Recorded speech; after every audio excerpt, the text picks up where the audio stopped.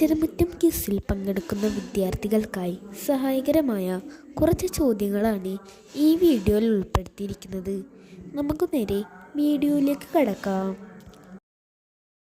ഇവിടെ 3 ഷട്ടറുകൾ തകർന്ന കർണാടകയിലെ ഡാം ഏതാണ്? ഉത്തരം തുംഗഭദ്ര ഡാം. 2024 പാരീസ് ഒളിമ്പിക്സിൽ ഏതു രാജ്യത്തെ പരാജയപ്പെടുത്തിയാണ് ഇന്ത്യൻ ഹോക്കി ടീം വെങ്കലം നേടിയത്? ഉത്തരം സ്പെയിൻ. പാരീസ് ഒളിമ്പിക്സ് പുരുഷന്മാരുടെ 50 മീറ്റർ റൈഫിൾ ത്രീ പൊസിഷൻസിൽ ഇന്ത്യക്കായി വെങ്കല മെഡൽ നേടിയതാരാണ്? ഉത്തരം സ്വപ്നിൽ കുശാലെ. ലോകത്തിലെ ആദ്യ അതിവേഗ കാർബൺ ഫൈബർ ട്രെയിൻ നിലവിൽ വരുന്ന രാജ്യം ഏത്? ഉത്തരം ചൈന.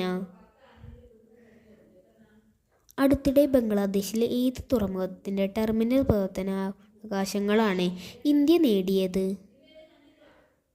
ഉത്തരം മോഗ്ല. അടുത്തിടെ അന്തരിച്ച വിഖ്യാത ഭരതനാട്യം കുച്ചിപ്പുടി നർത്തകി ആരാണ്?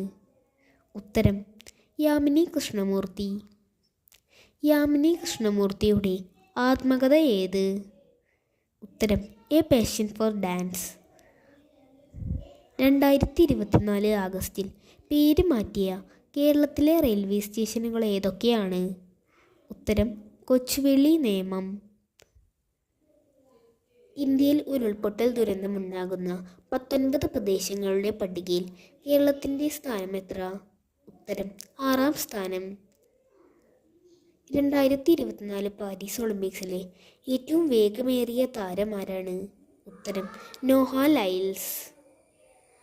2024 പാരീസ് ഒളിമ്പിക്സിലെ ഏറ്റവും വേഗതയേറിയ വനിതാ താരം ആരാണ്?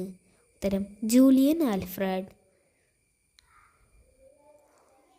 ആഭ്യന്തര കലാപത്തെ തുടർന്ന് 2024 ആഗസ്റ്റിൽ രാജിവെച്ച ബംഗ്ലാദേശ് പ്രധാനമന്ത്രി ആരാണ്?